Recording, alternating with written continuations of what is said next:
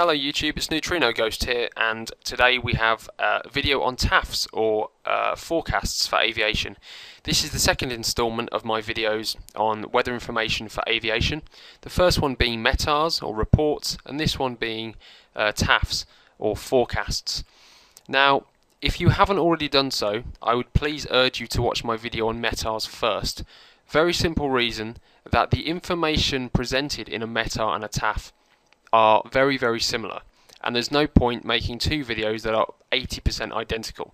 So the first video on METARs that I've done, I've made very detailed, and I've gone through each one of the elements that's presented in the METAR in some detail.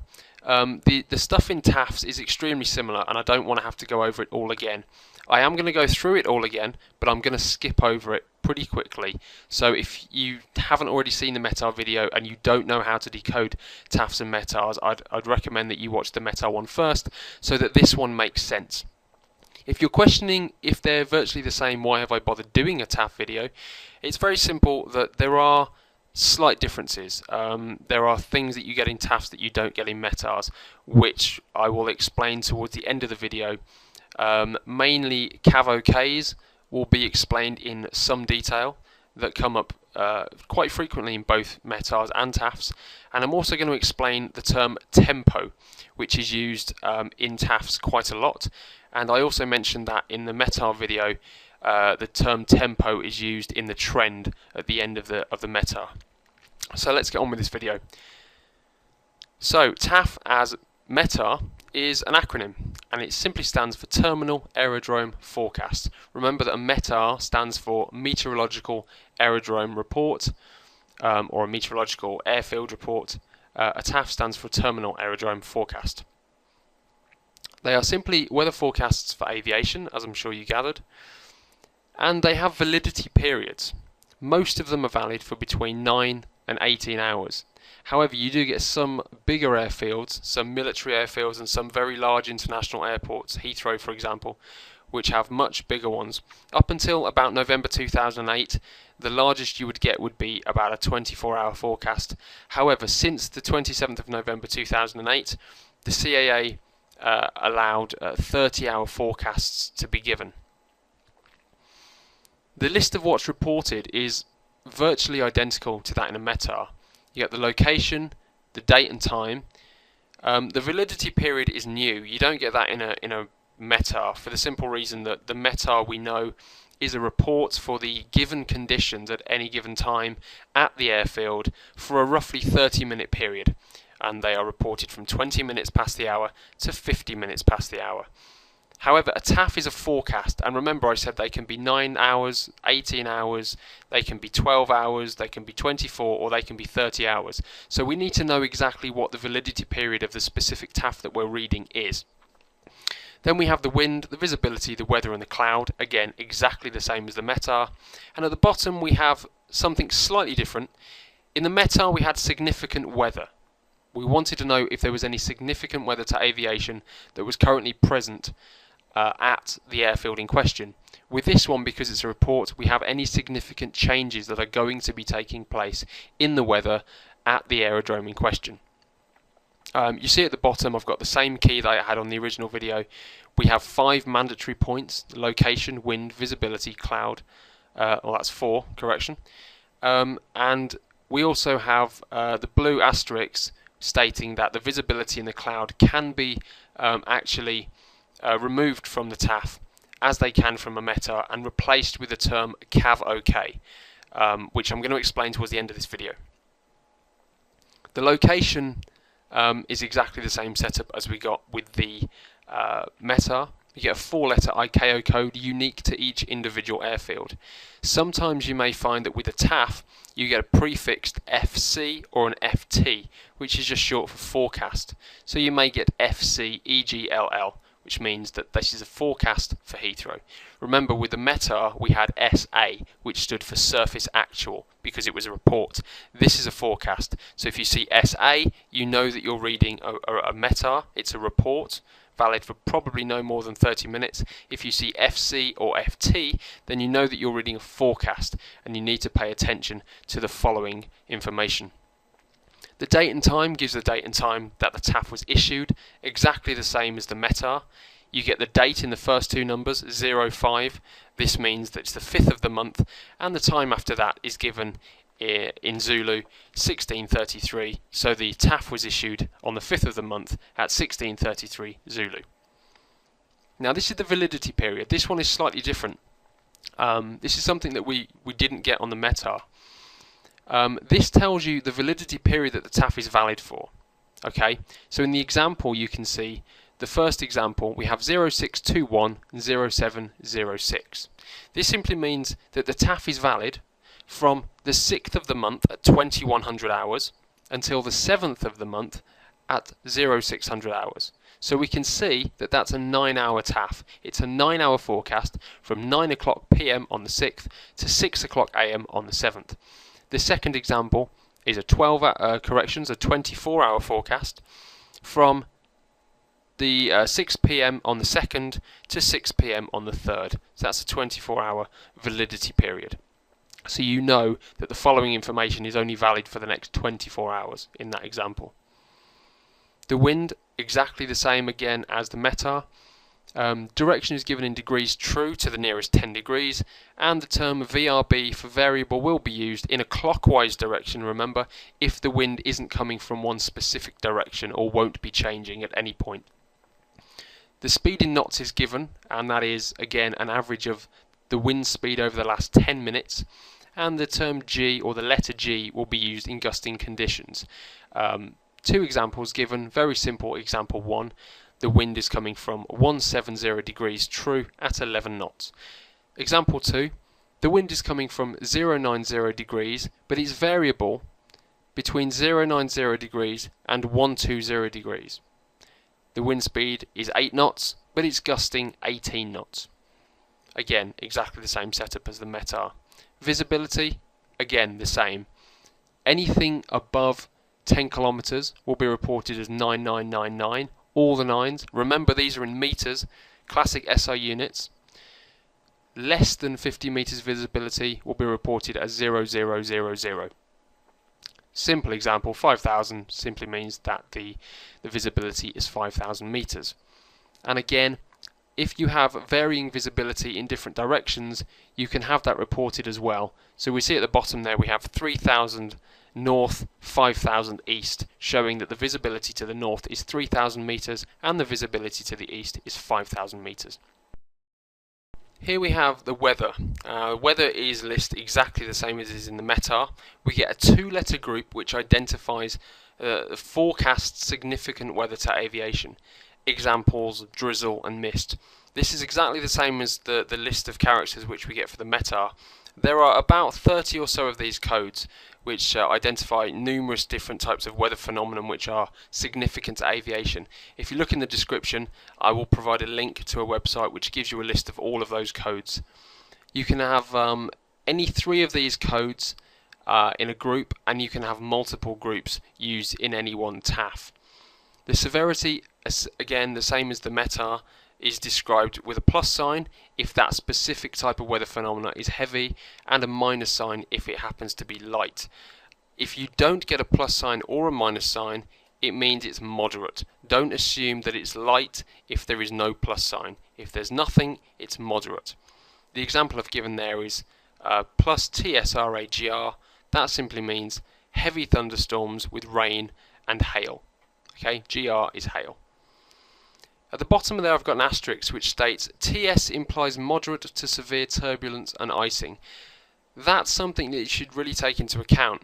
If you see the term TS for thunderstorm in the weather group, it means that by definition you're going to get moderate to severe turbulence and icing. You won't necessarily be told any separate information as to the turbulence and icing level within a given weather system. If you see TS for thunderstorm, you need to imply it automatically.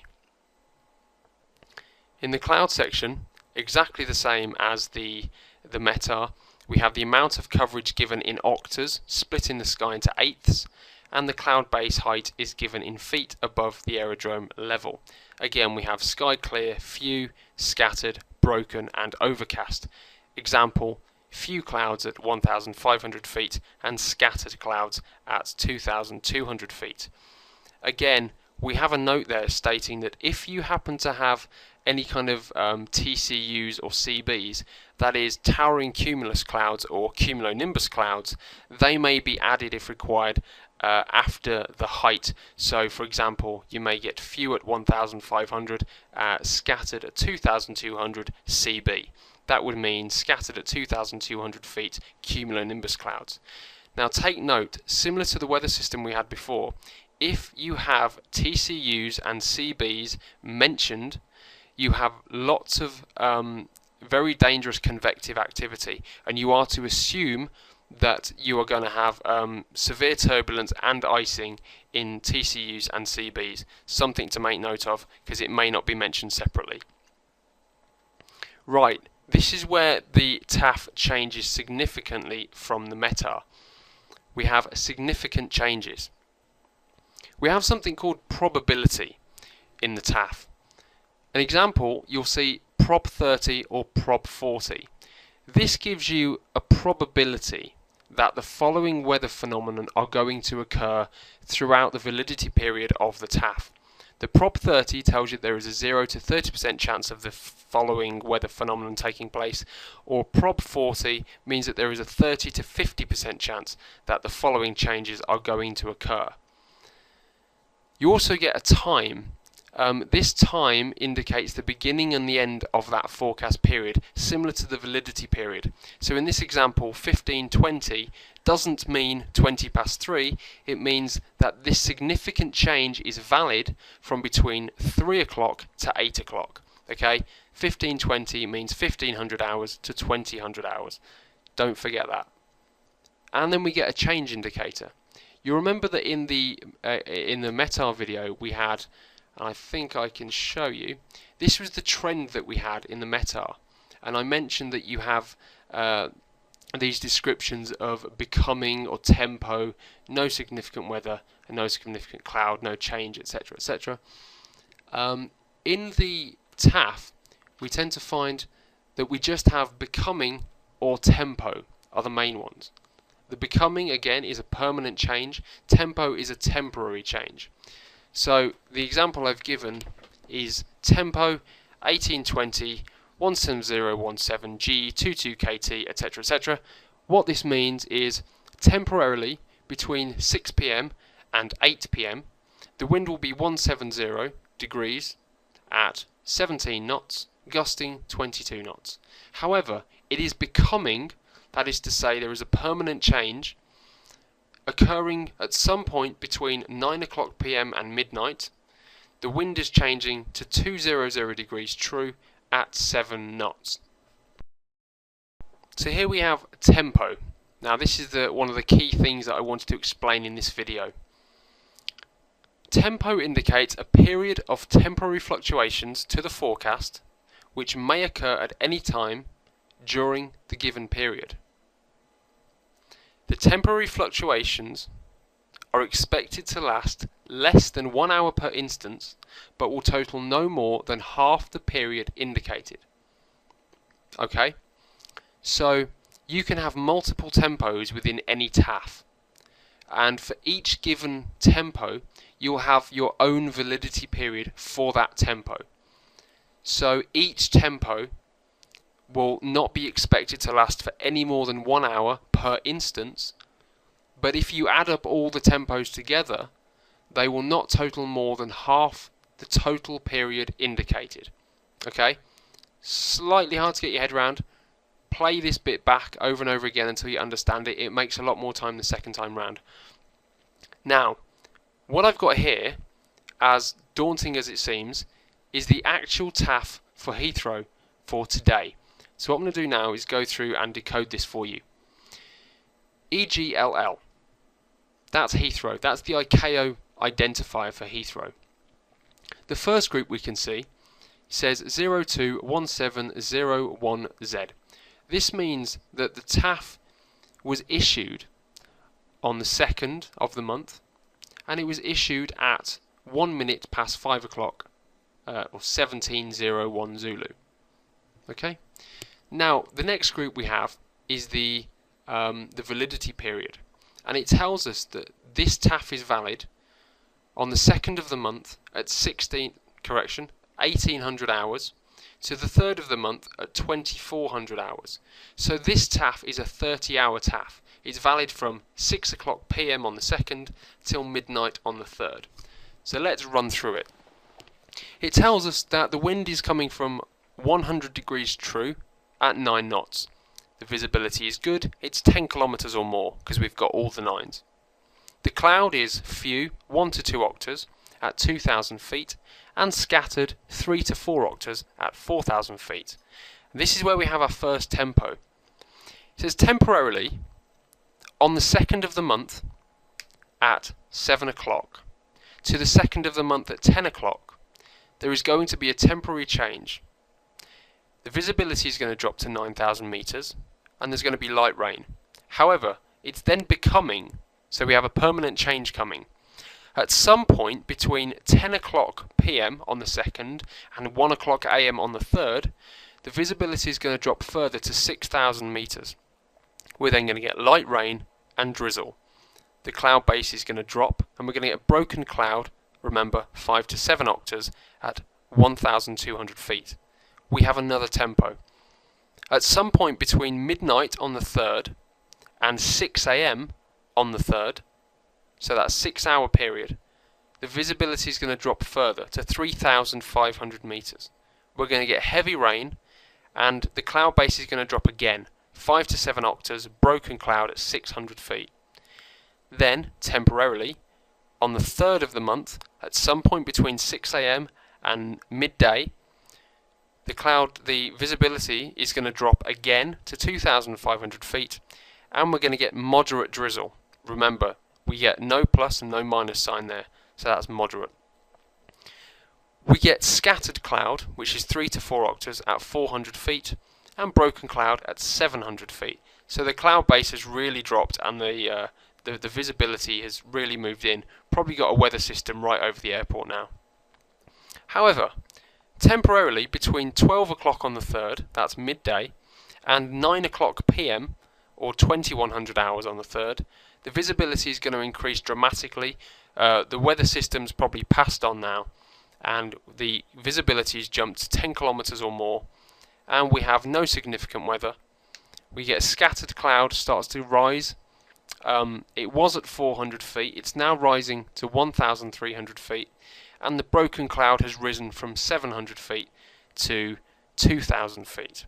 And then we have another tempo stating that between 9 o'clock PM on the 3rd and midnight on the 3rd, that 3-hour period, that we have moderate rain with broken cloud at 700 feet. So we may have another weather system coming in.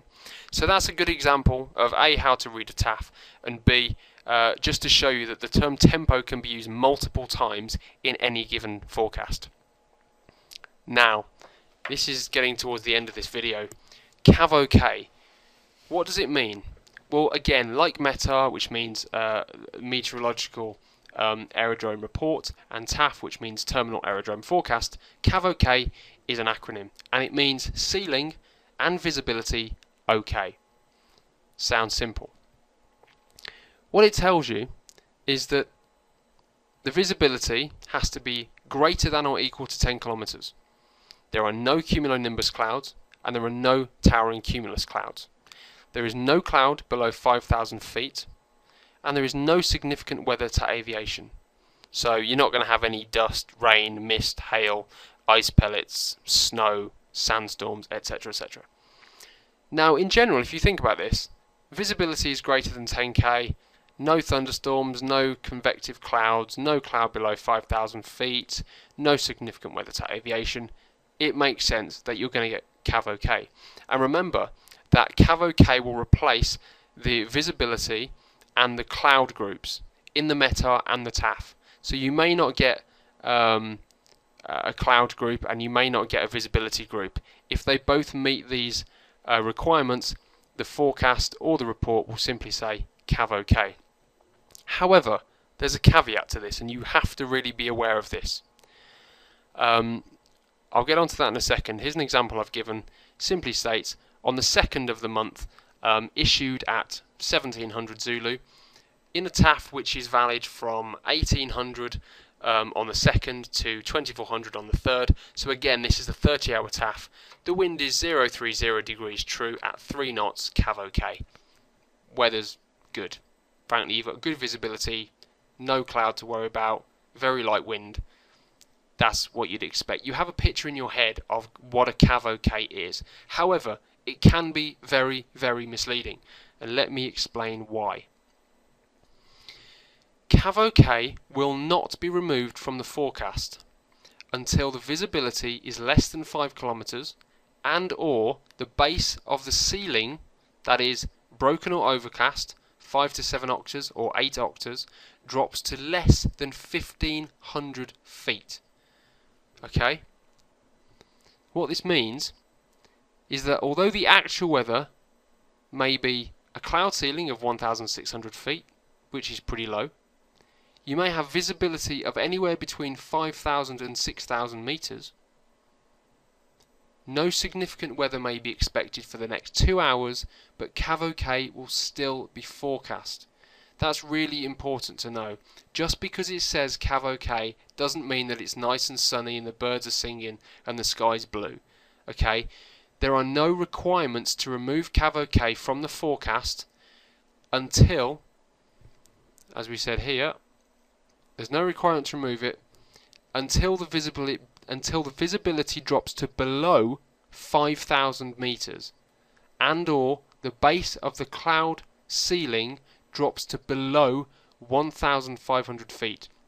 So if you see the term CAVOK, have a look at the low-level weather charts, the Form 215s, if you've got hold of them. Have a look out the window, see what the weather's really like, if possible. Might not be possible if you're doing a long-haul flight. Do what you can, but that's a real good warning to you. Don't assume that the weather's good if you have a CAVOK. So that's everything that you should need to know about TAFs. Again, thank you for watching. If you haven't already done so, please watch the METAR video. If you haven't, this TAF video won't make much sense, so make sure you go and watch that. Leave as many comments as you like. Anything that I haven't made very clear, which I'm sure there are going to be things, please PM me, email me, make a comment, and I'll go out of my way to get you the best answer I can. I'll also present lots of links in the description for both TAF and METAR videos to numerous websites which give good explanations to the weather codes, and also links to the Met Office website where you can get hold of TAFs, METARs, and Form 215s and 214s, which are your low-level weather charts and your spot wind charts respectively. Thanks again for watching. Fly safe.